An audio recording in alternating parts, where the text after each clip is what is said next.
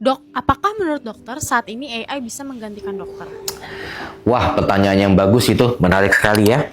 Jadi, apakah saat ini AI bisa menggantikan dokter dalam hal mendiagnosa ya? Kalau dari saya sebenarnya untuk saat ini belum bisa ya. Apakah bisa menunjang? Bisa banget ya. Kita akan sangat terbantu dengan adanya AI di zaman sekarang. Kalau untuk pertanyaan yes no question seperti misalkan apakah isi kandungan obat ini? Apakah efek sampingnya obat ini? Nah, itu bisa pakai AI ya, pakai Google juga bisa ya. Nah, tapi kalau pertanyaannya lebih ke arah analitik, analisa, kumpulin data lalu mengeluarkan diagnosa dan lain-lain, tentu saja itu tergantung man behind the gun ya, tergantung promptnya kalau orang-orang bilang IT bilang ya. Jadi si A sama si B dengan pertanyaan dan tujuan yang sama, hasilnya bisa beda. Ya, saya ambil contoh seperti ini. Misalkan kasus usus buntu deh. Orang awam akan bertanya, saya sakit perut kanan bawah, apakah ini usus buntu?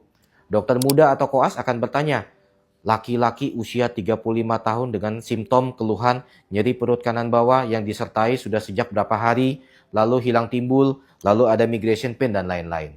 Dokter bedah pertanyaannya beda lagi. Dokter umum pertanyaannya beda lagi. Dokter penyakit dalam pertanyaannya beda lagi. Digestif, profesor pertanyaannya pasti beda lagi. Kira-kira jawabannya sama nggak? Pasti beda-beda ya, tergantung cara nanyanya ya. Jadi apakah AI ini bisa digunakan untuk menggantikan dokter? Tentu saja belum bisa ya. Saya ada cerita lucu. Jadi suatu pagi itu di grup bapak-bapak, grup WhatsApp bapak-bapak itu ada pertanyaan. Dok, ini ada begini, kira-kira jawabannya apa ya? Ini pertanyaan medis. Pertanyaan ini sebenarnya lucu-lucu aja. Bagi mahasiswa kedokteran tingkat awal juga, ini adalah basic question ya, basic science ya, dimana kalau koas itu atau dokter muda itu dibangunin, ayo ini jawabannya apa? Mereka pasti bisa jawab, karena ini pertanyaan sangat gampang. Nah, terus mulailah ini kan, para bapak-bapak yang kurang kerjaan ini kan, mereka mulai nih keluarin nih, oh saya pakai AI, jawabannya begini. Sampai 5 orang, 6 orang tuh kasih semua pertanyaannya berdasarkan pertanyaan AI, apa nanya ke AI. Lucunya, nggak ada satu pun yang jawabannya benar. Dan semua jawabannya beda-beda semua. Padahal itu pertanyaan yang sangat gampang. Kira-kira kenapa? Karena mereka menanyakan pertanyaan yang salah. They ask the wrong question, ya. Jadi AI itu sangat bagus apabila di tangan yang tepat. Kita ambil contoh juga, misalkan saya nih, saya mau bangun gedung, saya mau bangun rumah. Saya tanya ke AI, saya mau bangun rumah, kira-kira efektif apa enggak?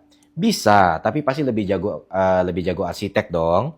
Ya, kira-kira seperti itu. Jadi mudah-mudahan bisa membantu. Kalau ada pertanyaan lagi yang unik-unik seperti ini boleh tanya di bawah ya. Saya David Beda, sampai jumpa di video berikutnya. Dadah.